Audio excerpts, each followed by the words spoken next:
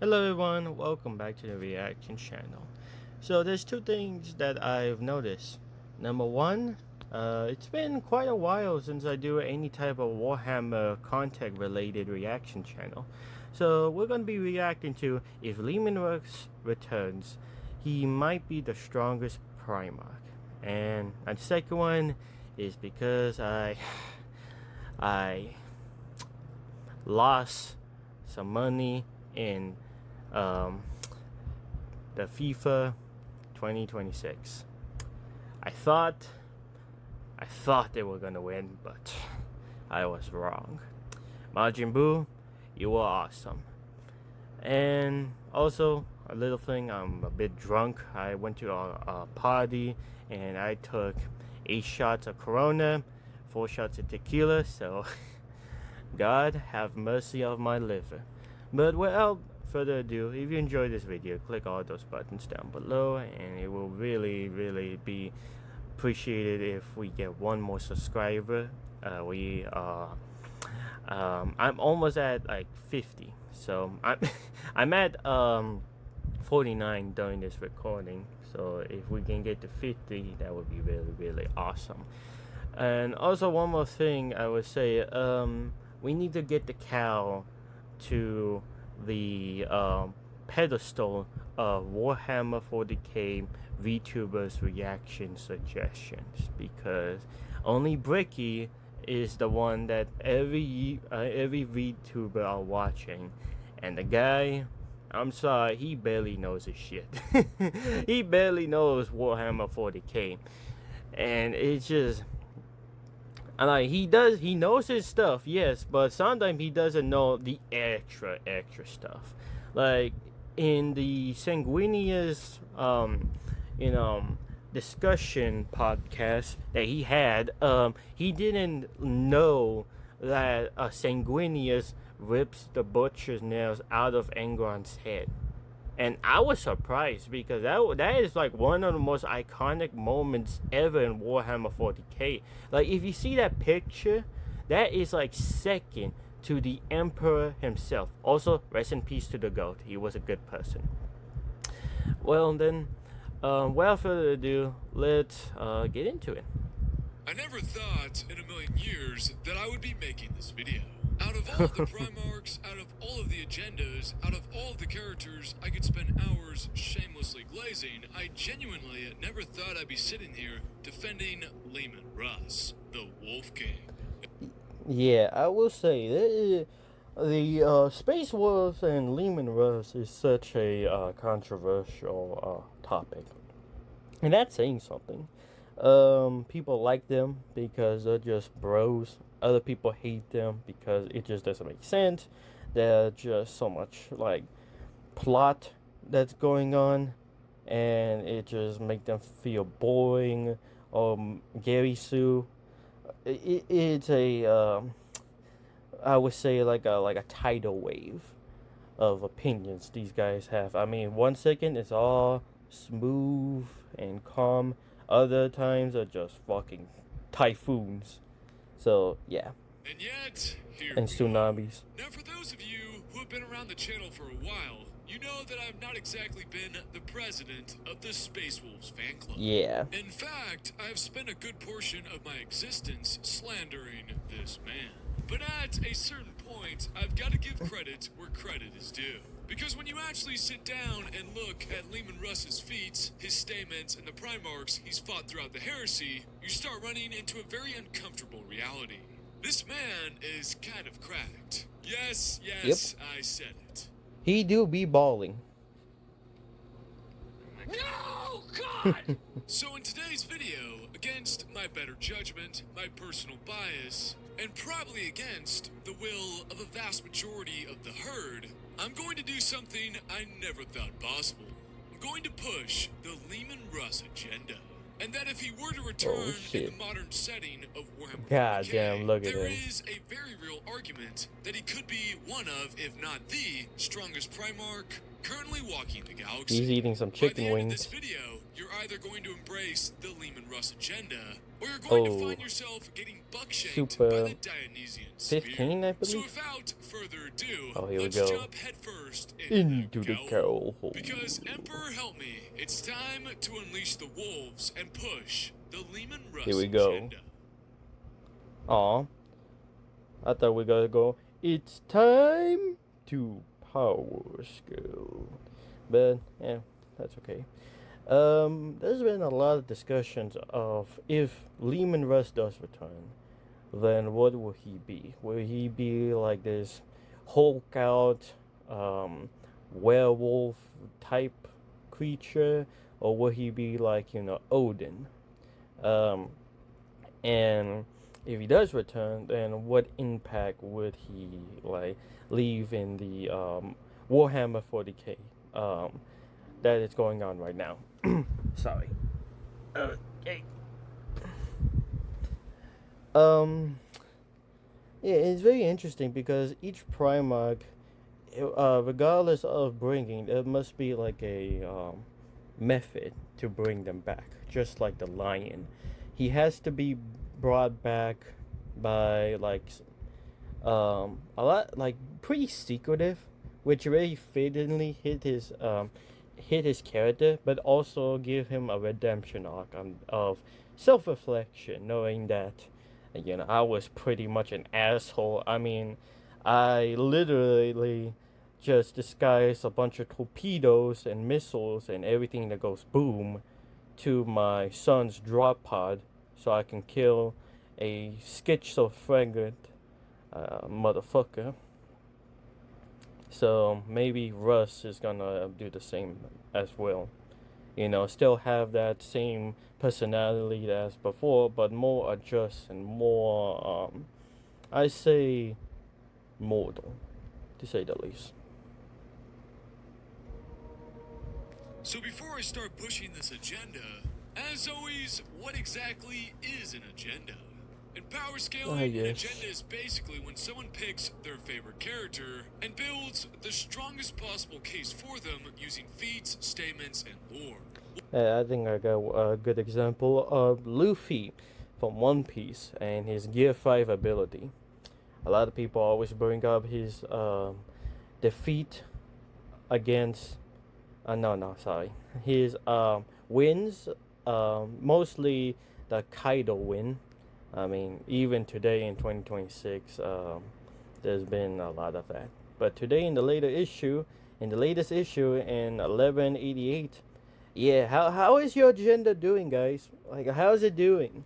Because I pretty much see him being a nothing but a fucking kebab. Like that scene from Tom and Jerry where he just Tom just grabbed a bunch of garlic and other shit like that, and then he just stopped baking it and just eating it. So yeah, I think that's a good way to express your agenda. Jesus. Well, maybe conveniently not focusing too hard on their anti-feeds. Now, normally, this is where I'd happily start glazing one of my favorite characters. But the problem is that today we're talking about Leman Russ. And as most of you probably already know, I think he's a total loser and an absolute moron. Which means I'm about to spend the next hour or so defending a Primarch I've spent years slandering. Truly, this is my darkest hour. So we're going to start with some statements that truly upscale Baba Wolf here. First off, Leman Russ believes he could beat most of his brother Primarchs, as seen in the book Wolfsbane. In the old days, during the Crusade, I thought I could beat most of my brothers. Maybe not Sanguinius. In him, there is a fine blend of skill and fury. He is a berserk in Angel's garb, or the Night Hunter, for he has the heedless power of the insane. But the others, Angron, he's too angry. Fulgrim, he shrugged, too proud. Perturabo and Dorn, too stolid.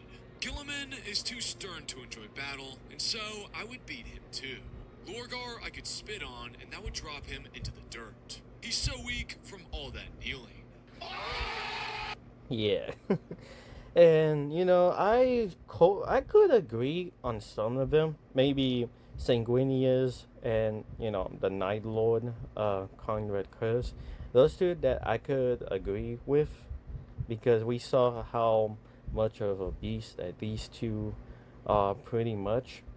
But for the others are quite questionable in my opinion because it doesn't necessarily needs to be just brute force and skill. It also be happen with intelligence, which he doesn't have. Lehman does not have no intelligence. I mean, when he was gonna fighting Angron, I mean, it is hard to say that he was holding back against Angron because wouldn't Leman Russ would enjoyed himself fighting Angron because Angron would remind him of the good old days of his childhood and just beating the shit out of animals that are just berserker monsters, like it's weird. Alfarius is a wretched serpent, and we all know what happened to the great sorcerer of Prospero. The rest I could defeat as easily as this. He snapped his fingers. So yeah, Russ thinks he could beat Angron, Dorn, Perturabo, Fulgrim, Gilliman, Lorgar, which is, no surprise, or even Alfarius. Yes, there are some notable exceptions, but one of them is Sanguinius, who is, he's dead. Yeah. And the other exception is Conrad Kurz, who I will admit is pretty cracked, as he has the power of precognition, Yep. allowing him to briefly see into the future. Though you could make the argument that Russ might still prevail over the Night Hunter. Why do I say this? Well, if you compare Russ and the Lions fight, where they fought for a full day and night, with both of them seeming to be relative to each other, to Kurz's various fights with the Lion, which never lasted anywhere near that long. There is at least an argument to be made that Russ could potentially hang with or even defeat Conrad Kurz. Now, am I guess going to we die got a on new that hill video, huh? today? No, A new because of two reasons. One, I love my Boogie Kurz yes. more than anything, besides maybe Magnus the Red. But two, for the purposes of this agenda, Conrad Kurz is also, he's dead as well. Yeah, so two people that he just mentioned Now, are isn't basically that dead. convenient? In addition to this statement, there is also a similar one in the book Vengeful Spirit, when Russ speaks to Loken about confronting Horus. Horus Lubrical will kill you, said Loken. Had he named any other individual, Loken had no doubt the Wolf King would have torn his throat out before he'd even known what was happening. Instead, Russ nodded. You're right, he said, his eyes taking on a distant look as he relived old battles. I fought every one of my brothers over the centuries, either in training or with bloody blade. I know for a fact that I can kill any one of them if I had to. But Horus? Russ shook his head, and his next words were spoken like a shameful confession, each one a bitter curse. He's the only one I don't know if I can beat. So yet again, Russ states that he can beat any of his brother Primarchs, with another exception this time around being Horus Lubrical, who himself has a shit ton of statements saying that he is the greatest among the Primarchs, and one of the most. He's basically potential, man, because every Primarch say that Horus is just the best of the best. And I think it's due to the fact that he was found first, and then Leman was found second. And I'm not gonna get in the fucking Alfarius was found first bullshit. That shit, I'm not gonna like talk about it. That shit, I just call that another fucking bullshit of the Alpha Legion spreading more information. I am still surprised that Zinj has never thought of recruiting them or collecting their souls, because they look like the same characteristics, no? Jeez. Skilled. And I'm not even kidding. This bald fella here is the king of statements. Yeah. One could say he is a statement merchant. Oh, that's good. And I legit made a whole entire video on this very issue months ago. So if you want to see how ridiculous these statements get, go check out that video here. But in regards to this excerpt, it really isn't the worst thing in the world that Russ doesn't think that he can beat Horus. Since if there was one brother Russ would be unsure about, Horus is probably the safest answer out there. But funnily enough, in the book Wolfsbane, which canonically occurs after Vengeful Spirit, Russ actually takes back his own statement and says that he could have beaten Horus after all. Horus, though he grimaced, put to it one-on-one, I could have beaten him. It would have been hard and close fought, and had fortune favored him over me, he would have triumphed. But the feat was within my grasp. So pretty much, Russ has repeatedly stated that he believes he could pretty much beat all of his brothers. And eventually He's even probably comes around to the sober idea like that me. Horus himself was not beyond his ability to defeat. Now whether Russ is right is another discussion entirely. Some of you are probably thinking, okay gal, that's cool and all, but those statements are coming from Russ himself. There's probably a bit of bias there. And you know what? That's a fair point, Herb. Yep. Russ is not exactly known for being humble. The man has enough confidence to fill the Fang 3 times over. But what's even nuttier than supposedly being stronger than most of the Primarchs is some of the feats attached to the Wolf King's name. Like, for example, according to Games Workshop's 500 Facts You Probably Didn't Know, fact 168, the Space Wolves Primarch Leman Russ once defeated a Warlord Titan by leaping from a building onto its carapace and beheading it with a single blow of his great blade, Michelno. When the hell was this? It's a bird. It's a plane! It's Leman Russ, flying across the night sky like a fairy as he torpedoes towards a Warlord Titan. And I'm assuming you had no idea this list existed. Yeah. I'll drop it down in the description and the comments. But all the facts found on this list are canon, which is kind of a weird way to introduce some feats. But hey, Wow. Games Workshop is kind of kooky sometimes. But yeah, this is an absolutely absurd feat when you actually think about what a Warlord Titan is. So he basically did the thing like almost like the Hulk and what Thor did in Avengers in 2020 in 2012. God, 2012. What a day. But seriously, it's basically, you know that scene where there was this sort of centipede looking stingray thing, and they just went on top of its back and they managed to put it down. And we all know the scene of Hulk just punched the shit out of Thor. That's sort of the scene, but instead of getting punched, he managed to destroy a Warlord Titan, which is insane. Because the only Primarch that was capable of doing that was Sanguinius. Like, that's the only Primarch that, for me, I've heard about. The others, not that much. I think Fulgrim maybe, but I think he defeated one of the weaker versions of it, but I don't know. Can you guys correct me? Because I'm trying after this information, now my brain is just getting all over the place, but whatever. These are some of the largest and most heavily armored Yep. machines in the entire Imperium, standing dozens of meters tall and carrying enough firepower to level entire cities. Before you can even touch the physical structure, you first have to deal with the void shield surrounding it. Mhm. These localized energy barriers are designed to absorb a huge amount of punishment, from lasers, missiles, and virtually every conventional form of attack by displacing that energy into the warp. And then, even if you somehow get through those shields, you're still dealing with meters-thick layers of adamantium armor, reinforced Specific plating, rim of this and bitch. one of the most durable machines ever constructed by mankind. And Russ apparently looked at all of that and decided, nah, I'd win. The fact that he was able to leap on top of a Titan, reach its head, and decapitate it with a single swing is honestly one of the craziest physical strength feats attributed to any Primarch. Wanna see me run to that mountain and back? Oh no. You wanna see me do it again? Now, admittedly, What, he we killed don't another get the full time? context surrounding this feat, but regardless of the sudden circumstances, it's pretty silly that Games Workshop felt comfortable putting this into an official publication material. And that tells us that Russ has always been portrayed as a monster in combat.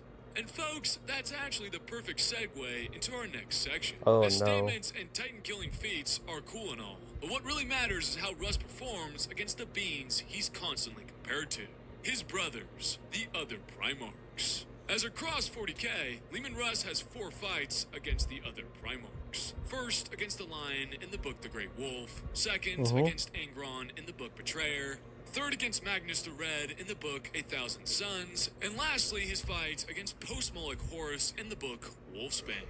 And if I'm being quite honest, these fights are the sole reason the Leman Russ agenda exists. Yep. Let's go through each of them and break them down one by one. Here we go. Starting with his fight against Lionel Johnson in the book The Great Wolf. Analyzing Teen Wolf Primarch fights. The reason this duel occurs at all is honestly pretty funny, since Russ gets pissed at the Lion for pretty much stealing his kill. And of course, Basically, being the Fortnite. man-children that the Primarchs are, the obvious solution is apparently to settle the matter by beating the shit out of each other. And beat the shit out of each other, they did. Thanks, What's Dad. important about this fight is the fact that neither Primarch is holding back, as the novel tells us directly. So they fought again, on and on, neither relenting, neither holding back. So this wasn't a sparring match or a friendly duel. This was 2 Primarchs genuinely going all out. And it quickly turns into one of the longest Primarch fights in the setting, as the pair fight for a full day and night. But early on, I will say that Russ actually suffers a pretty notable setback. Then the Lion struck, hauling his blade around crossways, only to drive it up at the last minute. Russ's counterstrike came in too high, and Kraken Maw was wrenched, spitting from his grasp. Perhaps the Lion thought that this might have been an end to it, for he never followed up with the strike that would have surely have driven deep into Russ's exposed chest. But the Wolf King had other ideas. So the Lion completely disarms Russ, and as the text states, he could have capitalized on this opening. If you're looking for anti-feats, this is probably the biggest one in their entire fight. And you could absolutely argue that Russ should have lost right here. The problem is that Leman Russ immediately responds by doing the most Leman Russ thing you could possibly imagine. Snarling with rage, Russ barged headlong into his brother, turning his entire body into a weapon. From there, the duel escalates. Man, not gonna lie, Lionel Johnson should have noticed that by now, because these warriors are more differently. Instead of the weapon. Instead of disarming the weapon, you had to disarm Leman himself, because he is a weapon. And yeah. Into an all-out slugfest. The 2 Primarchs trade blows for hours, neither able to gain a decisive advantage over the other. For example, we have moments like this. Rock'em Russ sock'em. was the stronger of the 2 by a fraction, powering Kraken Maw with the greater heft and momentum. But the Lion had the superior dexterity, angling his parries and thrusts to catch Russ off balance. This directly tells us that Russ is physically stronger than the Lion, even if only by a small margin. While at the same time, the Lion is portrayed as the superior technical duelist. And I think that might be the perfect way to describe their differences. Yeah. The Lion is the better swordsman. Russ is the better brawler. But despite their different fighting styles, the 2 are close enough in power that neither can decisively overcome the other. And folks, that's not the only Russ upscale packed into this duel, as throughout their fight, Russ is able to match speed with the Lion. When they moved to strike, it was godlike, blurred by speed, locked into perfect precision, weighted to cause apocalyptic levels of damage. This makes it appear that both Russ and the Lion are similar to each other in speed, and remember who we're talking about here, people. This is the Mr. Lion, Ultra the same Instinct Primarch himself. who in Savage Weapons was able to outright blitz Conrad Kurz, despite, Kurz possessing Future Sight. Which essentially means the Lion moves so fast that Kurz's precognition couldn't keep up. And here we have Russ keeping pace with him blow for blow. That alone is a massive upscale. Their fight eventually becomes so violent that both Primarchs are thrown from the fortress they're fighting in, and the 2 crash through the outer walls over 50 meters below, smashing through stone and fortifications before finally coming to a stop. That's roughly 164 feet from my fellow Americans. And neither of them really seems to care. They simply get back up and keep fighting. By the end of the duel, both Primarchs have lost their weapons and are reduced to beating each other with their bare fists. Eventually, Russ sees an opening, and the text outright tells us that Russ has the chance to capitalize and potentially finish the fight. For a moment, all Russ saw was the opportunity. That last impact had nearly taken his brother's helm clean off. He could leap to his feet, shove him back to the parapet's edge, press the advantage, and beat him down to his knees. But instead of taking it, he begins laughing at the sheer absurdity of what they're doing, which is pretty fair, to be honest. Yep. But unfortunately for him, the lion does not share his sense of humor, as he I immediately didn't hear punches no Russ in the bells. face and knocks him unconscious. So technically speaking, Russ loses the fight. But calling this some decisive lion victory would be incredibly misleading. The two fought for an entire day and night, while neither held back. Russ was physically stronger, the lion was the more skilled duelist, and by the end of it, they were still so evenly matched that the deciding blow came because Russ stopped fighting to laugh. Honestly, relative might be the best possible word to describe them. And that is incredibly important for this agenda, as the lion is not just any Primarch. He has statements comparing his martial skill to base Horus, has victories over Conrad Kurz throughout the Horus Heresy, and in the modern setting of 40k, has even defeated a demon Primarch, Angron, during Arc of Omens. Yep. Although he did wield the Emperor's shield. If I'm being truthful here, people, I think that base lion, during the height of the Great Crusade, when he is unamped, unaltered, and not equipped with the Emperor's shield, is a top 5, or dare I say, a top 3 Primarch. And in the modern setting, the lion is probably one of, if not the strongest Primarchs. And some of that prowess, I will admit, comes from the Emperor's shield, which seems to be able to deflect any attack, as we saw in his fight with Angron. So if Russ can go toe-to-toe with the lion while neither's holding back, then right away we're talking about a Primarch who belongs in the highest tiers of the base Primarchs. Possibly in the top 5 as well, since if he's relative to the lion, he has to belong in that same conversation. It's kind of crazy that by analyzing one fight, you can immediately upskill Russ. Russ better give Lion a hug when he comes back. But now we move on to a fight that completely divides the fandom. Yep. Yeah, you guessed it. Oh boy, oh my. This is one of the most controversial Primarch fights of all time. Oh, yes. Leman Russ. And when I say it fucking sucks that we didn't get to see a visual like battle against these two, like essentially pit bulls. Like it would have been such an awesome feat. I mean, we got the gladiator versus the Viking. I mean, come on, you had money.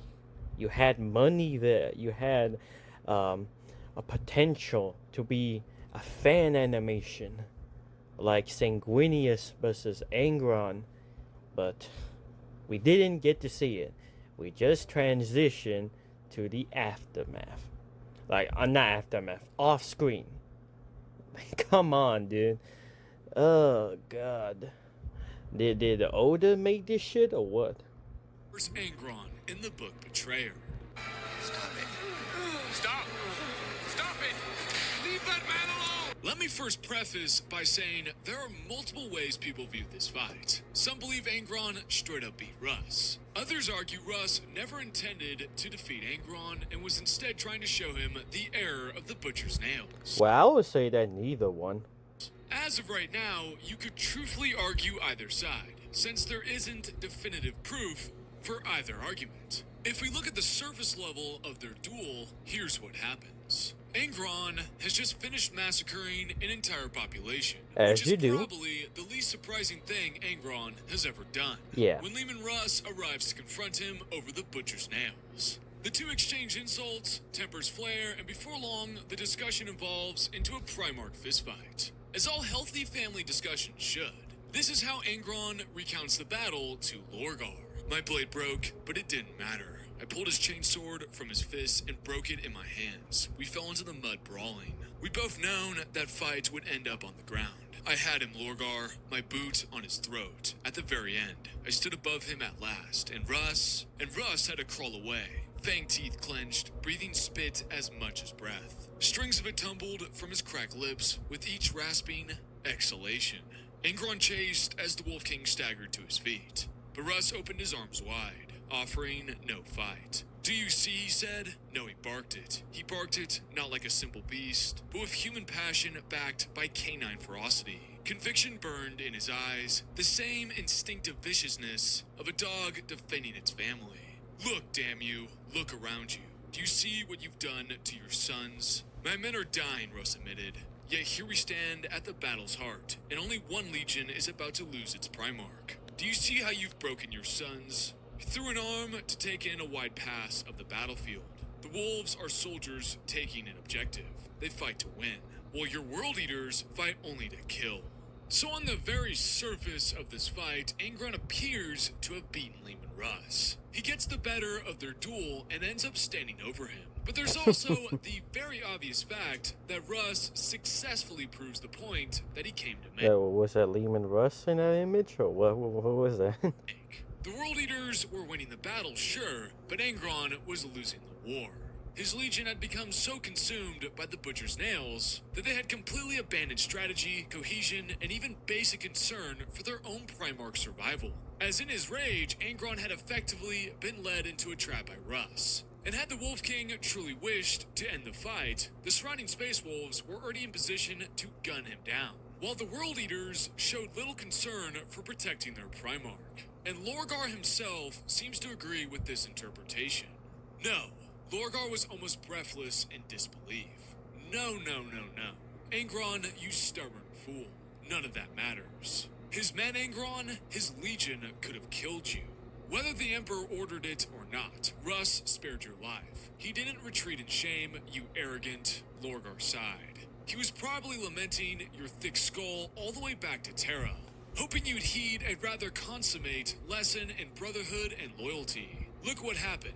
Yes, you beat him in a duel. Yes, your men took down more of his than his of yours. And yet, who won the battle? The World Eaters. Angron said without hesitation. Lorgar just stared at him for several seconds.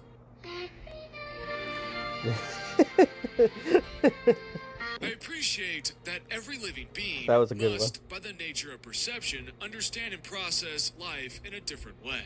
But even for you, brother, this is achingly obtuse.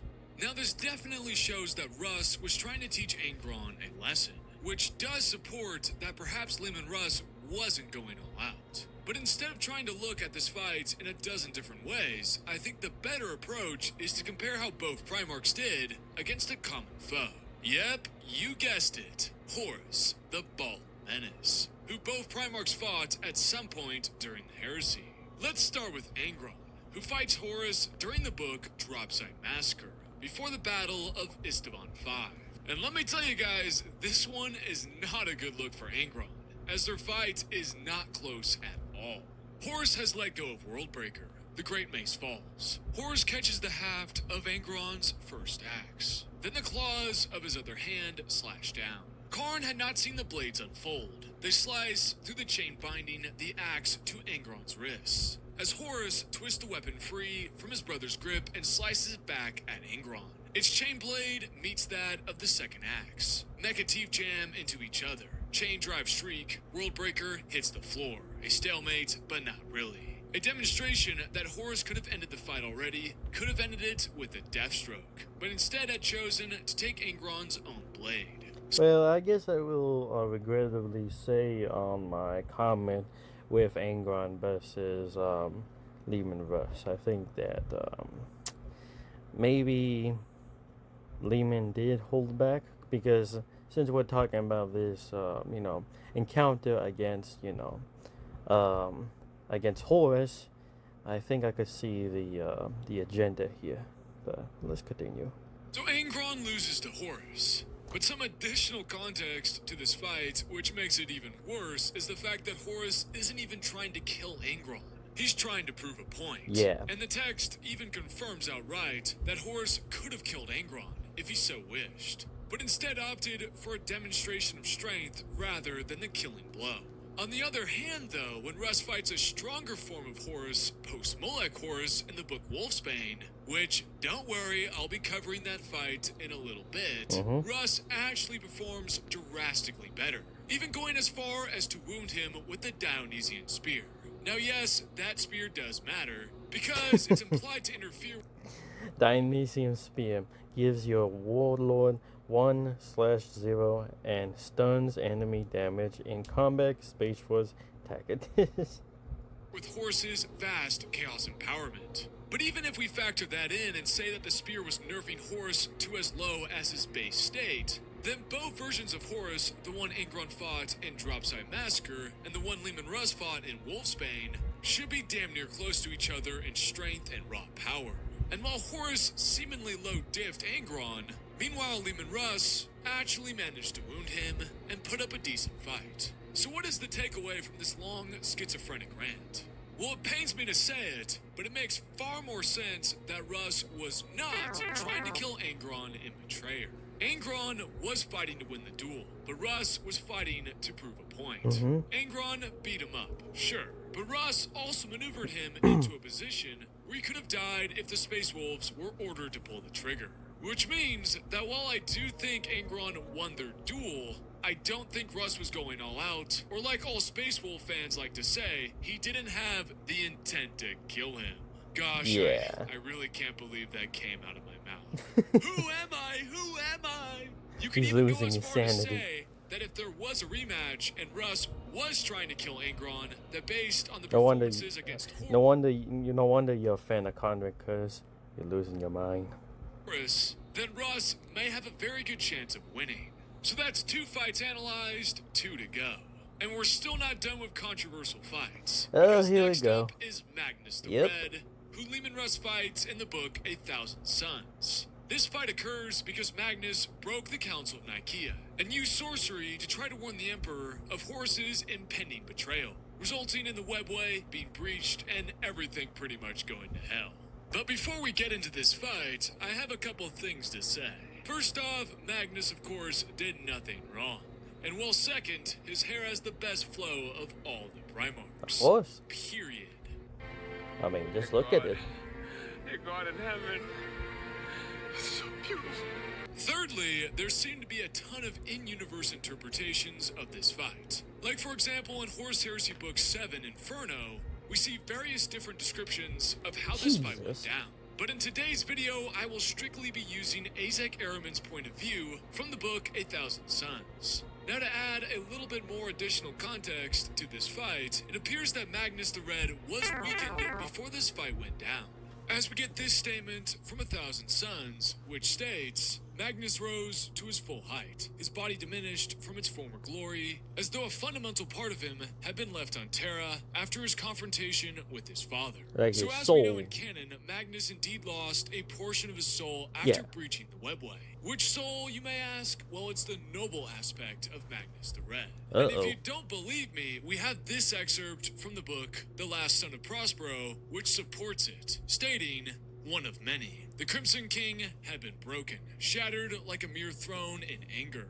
It had began when he breached the wards on Terra, and it was ended by the Wolf's wrath. So it definitely appears that Magnus was weakened in some capacity. I say some capacity because it's almost impossible to quantify how much weaker he So basically, it's almost like M. Bison from Street Fighter. You know, like he had two well, he didn't have like two like pieces of his soul, but he has like two halves of a soul, one good and one evil, and he decided to just get rid of all the goodness from his soul and leave all the dark energy from within.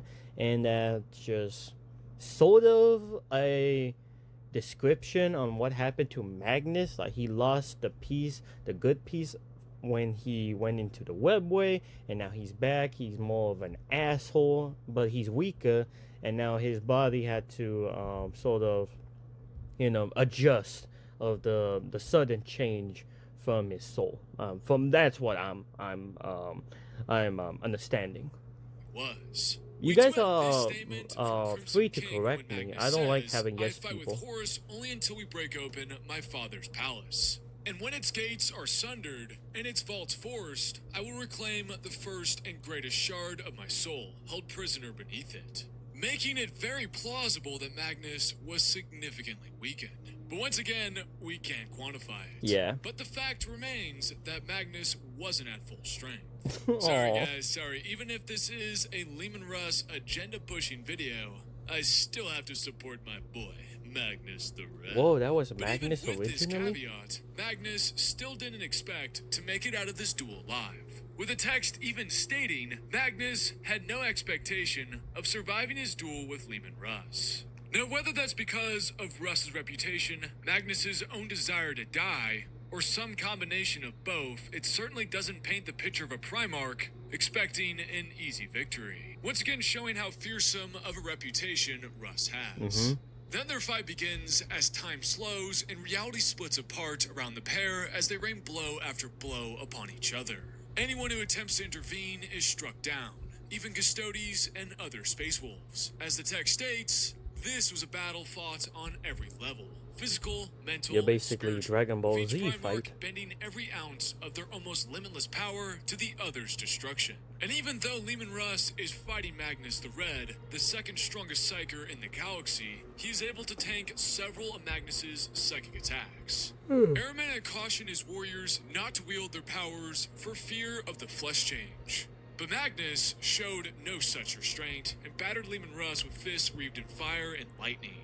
Russ was a Primarch, and such powers as could shatter armies had little effect on him save to drive him into higher fits of rage. This is honestly pretty insane for Leman Russ, as we see a stronger form of Magnus, Demon Primarch Magnus, had the capability to easily damage and outright atomize Vulcan in the book Echoes of Eternity. And we see Leman Russ easily taking psychic strikes that the text Where literally was this states were comic from? capable of shattering an army. And Russ appears to tank it easily, only angering him more. The two begin to wound each other more and more as Magnus smashes Russ's chest, who responds by snapping Magnus the Red's arm into 1,000 absolute pieces, Batman. before Russ is in turn impaled by a blade of pure thought. Russ's wolves jump in to save him, and then Russ lashes out blindly with his sword and stabs Magnus in his only eye.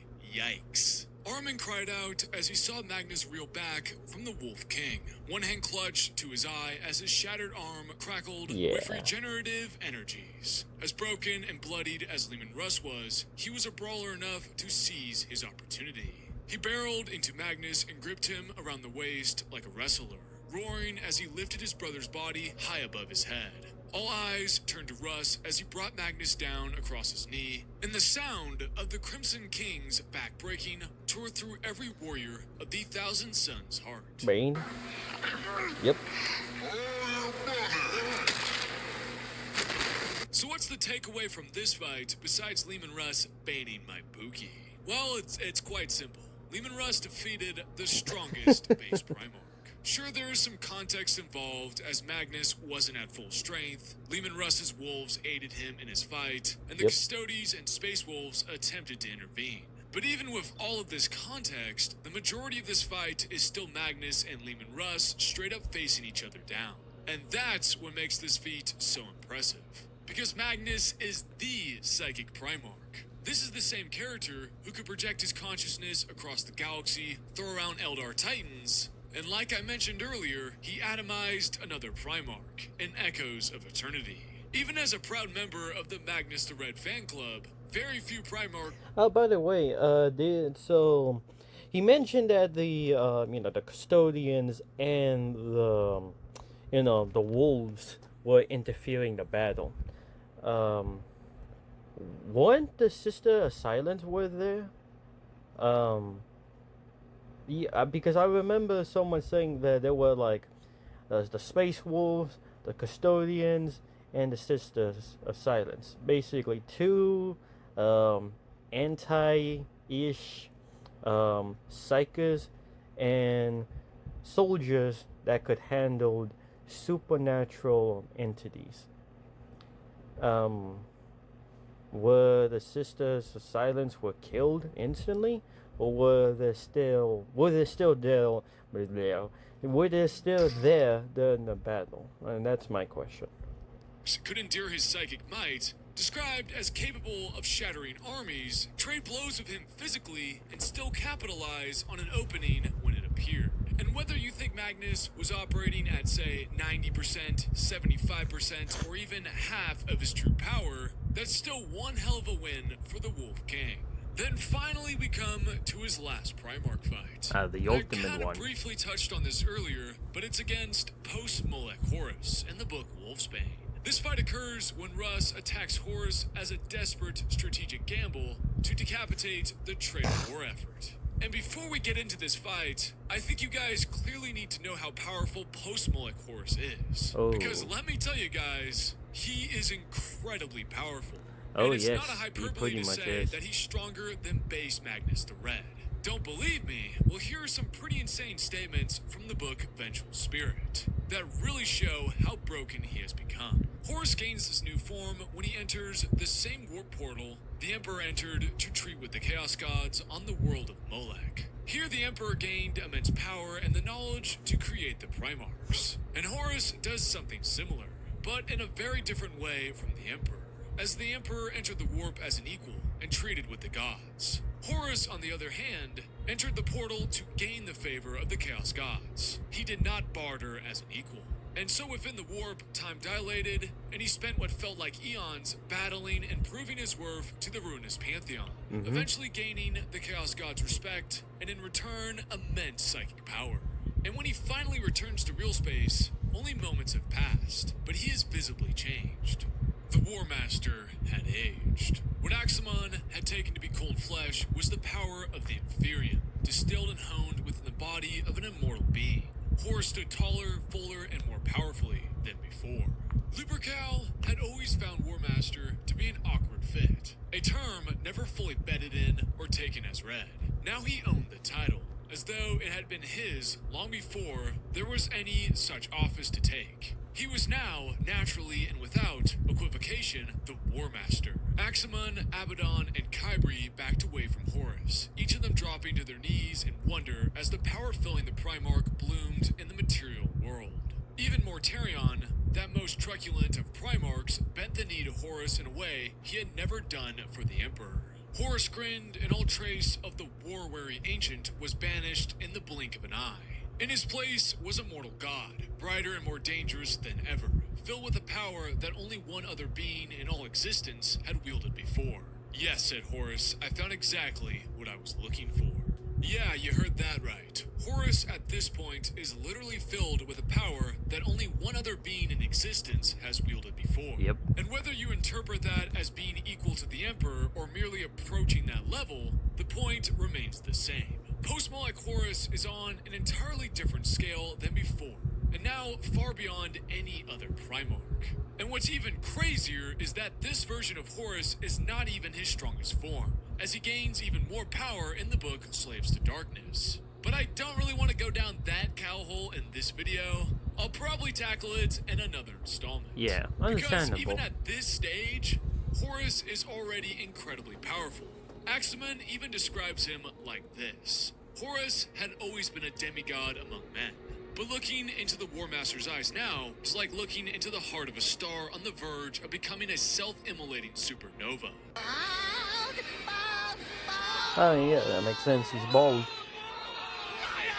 And to add to that, when Loken sees Horus for the first time in ages, he thinks this. That power, that essence, was magnified now. It was magnified 100-fold, truly showing how strong Horus has become since his base level. This is the version of Horus that Russ fights. And while I'm gonna admit it, even as Russ's biggest hater, he does pretty damn well in this fight. But there is once again some context we've got to dug about first. Ah, yes, And it comes context. in the form of a giant-ass golden spear known as the Dionysian Spear. This spear was forged by the Emperor himself and contains a portion of his might. This spear has the ability to illuminate those it pierces, revealing to them some aspect of the truth. In Wolfsbane, we see it do some pretty crazy stuff. Like, for example, it seems to shoot out traces of blue lightning. His ability with the blade kept the War Master back, and for once he was glad of a spear's reach. The weapon lent him arcane power of his own, each thrust arced with blue lightning that stabbed at the ground. Sheets of light trailed its blade as he swept it round his head to slash at his brother. So the spear is clearly empowered by the Emperor, and is able to unleash supernatural lightning and attacks. But even more importantly, wherever the spear struck, Chaos Corruption seems to retreat or weaken. Where the lightning caught upon the corrupted surfaces of the hall, filth curled back and the warp decoration twisted. When the spear sheared into the unholy light surrounding Horus, it shrank away, writhing from the spear's edge. Truly the Emperor had gifted him with a portion of his own might. Meaning that Horus was... So basically, it's just chaos is being affected by authority, like by rules, order, all those things. It's basically like a little kid seeing the rules from their kindergarten and what you need to do. They're being affected by that. Oh, rules, my one weakness. Cursed you. Probably being hindered to some degree by the spear. But I don't think this makes the feat any less impressive for the Wolf King, because, like I said earlier, Horus is operating on an entirely different level by this point. And despite this, Russ is still able to react to, keep up with, and trade blows against this version of Horus. Russ drove in with a series of lateral strikes, swinging the spear like a sword. Horus parried with his claw, each dash of metal on metal, like the peals of a bell heralding the end of the world. Russ howled. Horus laughed into the face of a cry that would have slain a mortal man. Russ's ferocity he found harder to counter. The Primarch of the Space Wolves jabbed hard towards Horus's sides, below his palstron, where the armor was thinnest. The War Master moved aside. He was lumbering in his Terminator suit, but anticipated Russ's attack early enough to avoid them all. Horus's lightning claw punched forward, seeking to rip Russ's head from his shoulders. The Primarch moved, but not completely out of the way, allowing Horus to grab his pauldron. Now this blow does leave Russ at Horus's mercy, but in Horus's arrogance, Russ is able to exploit a brief opening. And with the Dionysian spear, that's all you really need. Call an ambulance! Call an ambulance! But not for me! As Russ manages to stab Horus in his side, and immediately the effects of the Dionysian spear take hold. Still screaming light, Horus staggered back, releasing Russ in his attempt to dislodge the blade. Russ would not relent, and went with him, grinding the weapon in the wound. The War Master gripped the shaft of the Emperor's spear, desperate to keep it from cutting deeper.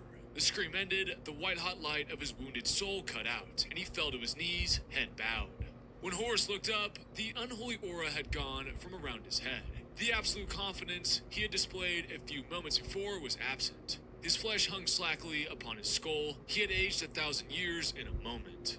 This results in Horus being wounded and temporarily stripped of the ruinous power's gifts. And for a brief moment, the real Horus surfaces. The War Master on his knees, and his unholy aura gone, recognizes Russ as his brother once again, and speaks with regret rather than arrogance. So Russ has effectively succeeded.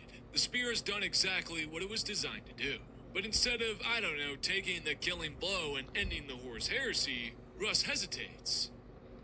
Yeah, And in that hesitation, Horus is able to regain his power and launches a devastating counterattack, mortally wounding Russ and leaving him on the verge of death.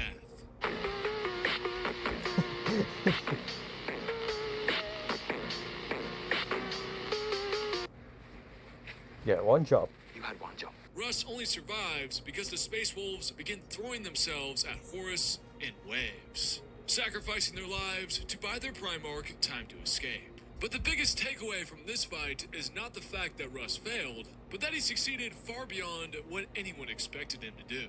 Remember, folks, Russ himself went into this battle believing he was going to die. He wasn't marching onto the Vengeful Spirit expecting to beat Horus in a fair fight. He was just trying to buy the Imperium one last chance at survival.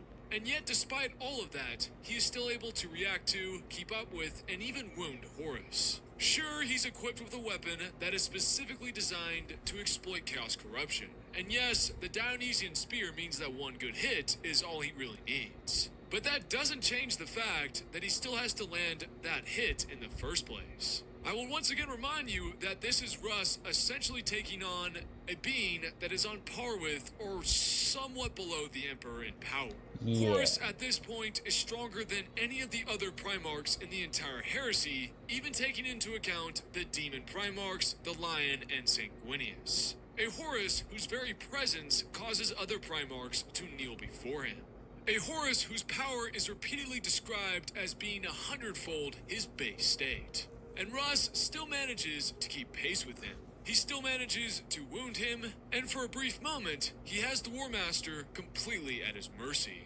But fighting the strongest Primarchs isn't the only thing upscale in this agenda. Because Leman Russ also, drumroll please, has psychic abilities as well. Yes, you heard me right. Psychic abilities. Yep. Which you have to admit is kind of hilarious because this Not gonna lie, I was waiting. Is he gonna like mention it? But yes, Leman Russ does have psychic abilities. But yeah, mostly all the Space Wolves have psychic abilities. But these motherfuckers decided to say, "Oh, it's not psychic. It's a different matter of shit. It's not like." Just the same thing as the wolf. We are better controller. We have more access to it. We have runes. I mean, it's completely different. Like, what is this? A conversion evolution? Are you talking about that? Like, what the hell are you talking about? It's the same shit.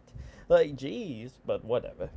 is the same guy who was so against Psychers that he helped push the Council of Nicaea into banning them. Yeah. And now the irony is that buried beneath all of that wolf fury, he's carrying psychic powers of his own.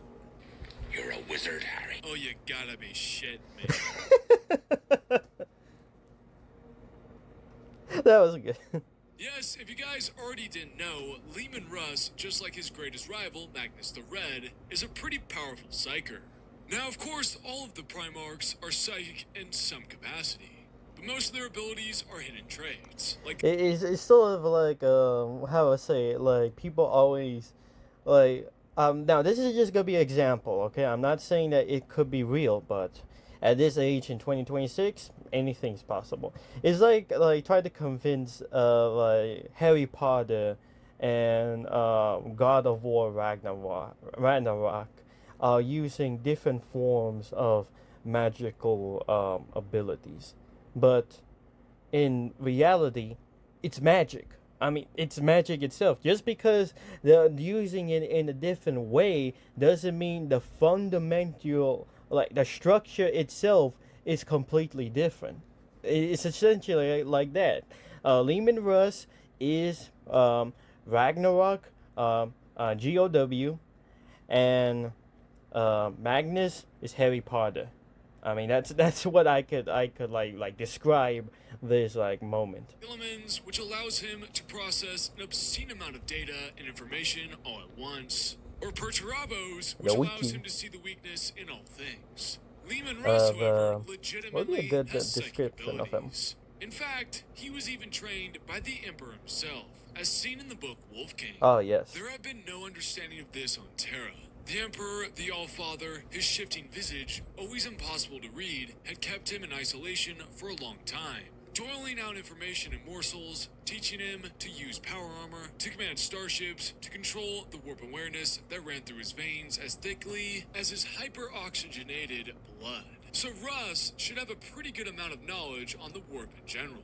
But even with this training, I can't say for sure if Russ knows exactly how to use his powers directly. It may be more that Russ uses his psychic gifts instinctively as an extension of his martial fury. So like And if I'm wrong Pokemon. about that, feel free to correct me down in the comments. I tried to find examples of Russ consciously using his warp abilities or actively channeling his powers, but most of the examples I found seem to suggest they manifest based on the Wolf King's emotions or instincts rather than deliberate psychic discipline. Regardless, though, And something tells me this is gonna be very useful for Leman Russ when the cow talks about his agenda and how he's gonna be the most powerful Primarch in 42k, I believe. Yeah, so we're still in 42k. These psychic powers seem to primarily manifest as elemental storms and blasts of wind and ice. For example, in the book Scars, we see him conjure an icy wind blast. The gale came from nowhere, as if the chamber wall had been punched out to the void. The force of it knocked him sideways, flooring him once more. His vision reeled and his helm cracked hard against the deck. He heard what sounded like thunder breaking, followed by the actinic crackle of energy weapons igniting. With a lurch of recognition, he realized the rush was not that of decompression, nor was it natural. The winds that howled across the chamber had the ice-rimmed redolence of Asaheim. Yep, that's right. These winds are powerful enough to knock a Space Marine off his feet. And Space Marines weigh around 2 tons. Or, for example, in the book The Great Wolf, he whips up a powerful windstorm that tosses men around and rips through metal. He never finished. Even as he gained his feet, the entire chamber was rocked by a blast of ice-cold wind. A tearing, gnawing gale that swirled across the battlefield, ripping troopers from their positions and sending them cartwheeling. "Leave it," came the command, resounding from every wall. From the height of the dome and the depths of the cogitator shafts, as hard as hoarfrost, in the storm's wake, Leman Russ strode across the expanse, his pelts flying about him, the ruins of his battle plate flaring like comet fire. But even beyond his elemental powers, Russ is stated to be a master of Fenrisian ruins, which have power over the warp. The Fenrika knew, as they had always known, that the cuts warded against the Soul Eaters, for the Underrealm was made of ideas, and every idea was a word, and every word had its ruin. Thus, the work was not decoration. It was metaphysics. The Primarch Leman Russ knew all this. He knew it as completely as any living soul, and understood more of the ways of the ruins than even the greatest of his smiths. For he was made of the same stuff from which the tapestry of fate was woven, and the ruins penetrated his being in a way that none of his warriors would ever truly understand. This would give Russ an inherently much stronger defense against the warp and warp-based attacks, which does help explain why he was able to fight Magnus the Red for such a long period of time and even come out ahead of him. Yes. And finally, we see in A Thousand Suns that Russ also possesses a psychic scream of sorts that stuns, knocks out, mind breaks, or outright kills psychers from across Tiska. During the burning Like of Black. Prospero, it's I was gonna say a Black Canary from DC Comics. swept over them. A sudden, shocking blast of psychic noise that overwhelmed the senses with its sheer violence. A psychic shockwave, gasped Ufzar, one of immense proportions. Armin forced the pain away and knelt beside Lemuel. The Remembrancer's face was a mask of blood. It went from his eyes and poured in a steady stream from his nose. "So strong?" asked Armin, still blinking away hazy after images. "Are you sure?" Ufzar nodded. "I am," he said. "It is a howl of pure rage, Are you cold, sure? jagged, and merciless." Armin trusted Ufzar's judgment, tasting icy metal and feeling the rage of a hunter's fury denied. "Such a force of psychic might is too powerful for any normal mind," said Ufzar, reliving a painful memory. "I have felt this before." Armin read Ufzar's aura and knew. "Leman Russ," he said. And Armin even says the following later. "Takar," said Armin, "tell me what is happening. We heard a psychic shout more powerful than anything I've ever known."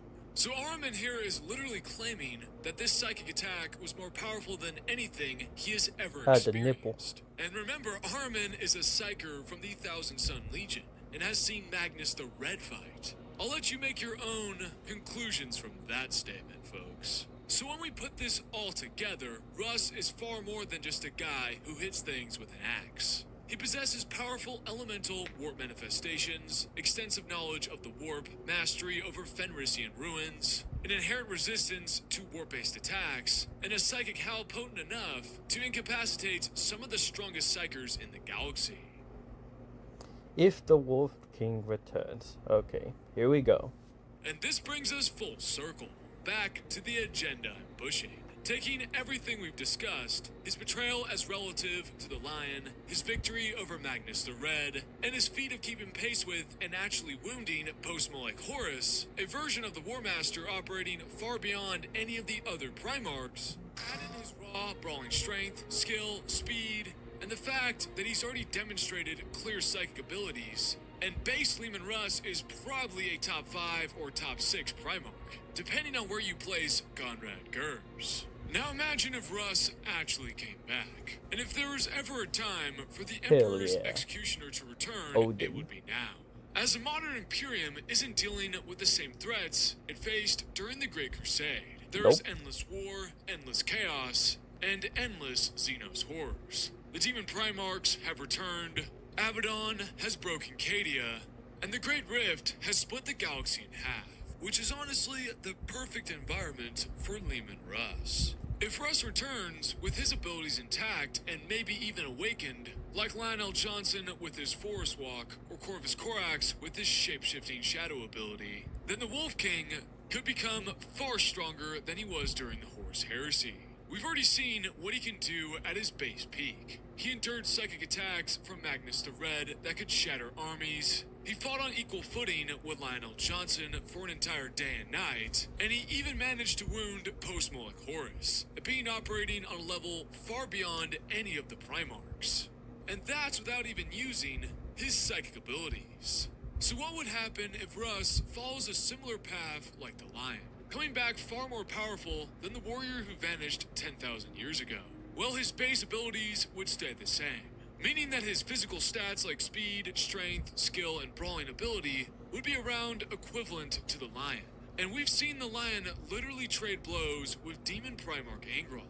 And additionally, if Russ comes back with his psychic abilities further enhanced, like say his Fenrisian ruins, or at the point where they can disrupt sorcery, weaken demonic entities, and even resist warp corruption on an entirely different level. Or maybe even his psychic howl has become so strong that it can now stagger Demon Primarchs and even disrupt their connection to the warp. This would apply to all of his psychic abilities, like his elemental storm and warp awareness as well. Imagine how you would fare against the Demon Primarch. I will say, sorry for cutting him out of his agenda with, a Leman. That's a sentence, but I would say he could be like other ability other abilities that he could use would be boosting. Like give his allies a quick support boost. Giving them heals, extra defenses, extra attacks, and all that good stuff. He could start using a lot of ice ability, and that could cause the enemy to weaken their body, making them more easable. Is that a word? Well, easable to shoot at, because imagine Leman Russ summon like this snowstorm, and it just covered a bunch of demons, and the demons are just slow, and just I suppose like maybe is affection like a word that could be used over like frostbite or something, because it's sort of, they do the same thing, they both harm the body, but whatever. If they got hit by frostbite, then that not only that will be letting them be easable to shoot at, but they will get destroyed, because demons, you can't hurt them in the traditional sense. Like you cannot just grab like maybe like a knife or something and just go all out at it. No, it has to be some sort of warp ability that you can use against them, like some sort of like I just suppose magic. I think that's the best way I could describe it. But by using the frostbite ability, Leman Russ is allowing his soldiers to have a chance to destroy the demons, because once they shoot the demons, they would just go poof, like they would just get disintegrated or shattered like glass, and that's because of the frostbite. And I think that would be cool. Not only that it's weakening their defenses, it's also making them slower, and is making them more fragile to damage, and can be affected by normal damage as well. So that'd be like a very useful ability. As for the howl, I could just imagine Leman Russ just go like, doing the same thing like Thanos. Like he just howls so like loud that it caused the molecules to get separated. Excuse me. And just turn them into dust. Similarly to the Necrons, weapons. You know how they managed to destroy atom by atom. I could see that happening here, but I don't know. What do you guys think?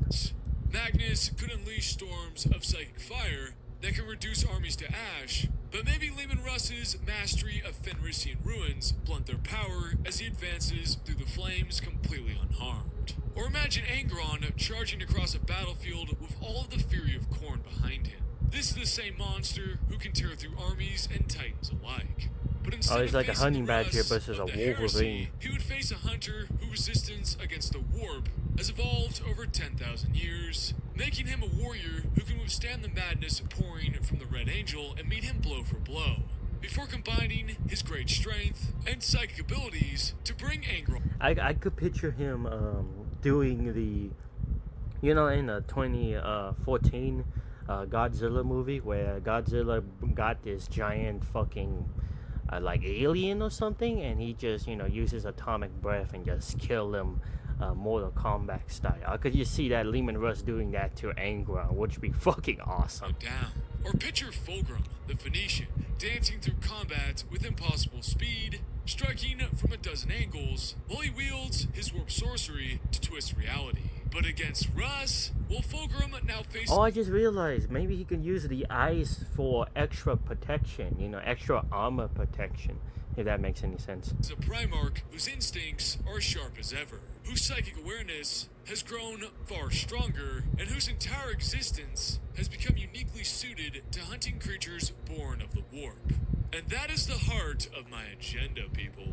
We've already seen the Lion return stronger than he was during the Heresy, and start putting demon Primarchs down in the ground. So, when you stack Leman Russ's feats, his anti-warp abilities, his psychic powers, and whatever gifts 10,000 years in the Eye of Terror may have given him, you can see why there is a legitimate argument that the Wolf King could return as the strongest Primarch in the entire setting. God, I really can't believe I said that. And I could see two ways Games Workshop could bring it back. Yep. The first is as the Wolfren King. After thousands of years spent in or around the Eye of Terror, his genetics may have continued to mutate and evolve. Not into a servant of chaos, mind you, but into something uniquely adapted to fighting the ruinous powers. He would be faster, stronger, more savage, and more resistant to the warp than ever before. His senses would be far beyond anything in the universe, and he could track warp-spawn beings across time and space. What I'm kinda getting at is he would be a loyalist Primarch version of Karnak, but instead, he would be hunting down all of the demon Primarchs across the warp, time, and space, using like his enhanced senses to find them regardless of where they are. The second is the Odin route. Leman Russ would return as a sage, having sacrificed his eye in the Eye of Terror in exchange for knowledge, just like Odin does in actual Norse mythology. He would come back not as a berserker king, but as a master. You know how fucking ironic that's gonna be when he meets like Magnus, like they both sacrificed their eye, but one was tricked and became someone's bitch. I'm sorry, but it has to be. And the other actually sacrificed their eye for the greater good. That's gonna be something. Also, there is a theory that Leman is looking for the tree of life to help the emperor to heal himself, and I believe it's the goddess Eldar that is being captured. That being not captured, but is being held in Nurgle's garden, which it will be a great transition to make a story of it, because we know that Nurgle's garden is burnt, and he also got burnt as well. So it will be a great transition to see that the goddess trying to hide from Nurgle and Leman Russ will try to save her and get her out of the garden. I think that would be a great storytelling, because it's gonna be like a Norse mythology almost, but it will be very epic. Or maybe it'll be like something like Marvel Comics, and they just bring a lot of stuff, a lot of bullshit and wimpy humor. I don't know, but yeah. Mr. Foresight, warding, psychic power, and the knowledge of the known universe. He would be a Primarch who understands the warp on a level few beings in the galaxy can match. He would still be every bit as deadly in combat, but now would be armed with wisdom and psychic abilities that would make him an even greater threat than ever before.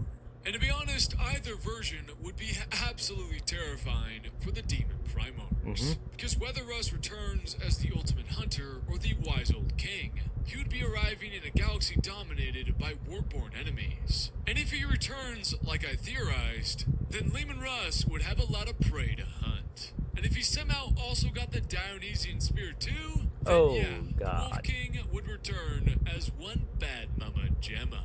And folks, that is the Leman Russ agenda. After months of slandering Russ, I guess the Space Wolf fans deserve this one. I've also got to be honest, I've been having a ton of fun writing these scripts, making agendas for each of the Primarchs. So far we've tackled the Lion, Rogel Dorn, Ferrus Manus, and now Leman Russ. As for what's next, I think we're going to be tackling Lorgar Aurelian. I knew it. I knew it. It's not going to be a good one. I was gonna say that shit. But if there is another Primarch, character, faction, or agenda you'd like to see me cover, let me know down in the comments. And before we go, a massive shout out to my Patreon and YouTube members. Yes. Keytree, Tyler Pick 7. Guys. Alright guys, you were pretty awesome supporting the Cal. He was a great Warhammer 40k content creator, and as I say, that was a pretty fun agenda to talk about, especially a character like Leman Russ.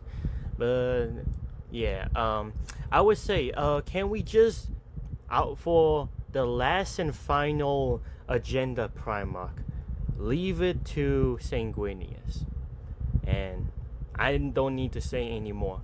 But anyway, that's the reaction video. I hope you guys enjoy it. I will leave a, the original video and link in the description down below with the Cal himself.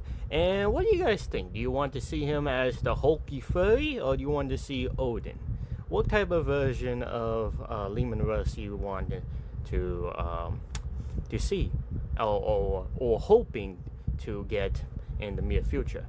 But anyway guys, thank you for watching this video. Be sure to drink some water, have a good old friendly chat with your mom, pa, friends, family, whatever. Always check them up, always say that it's good to see you, and I'll catch you on the next one.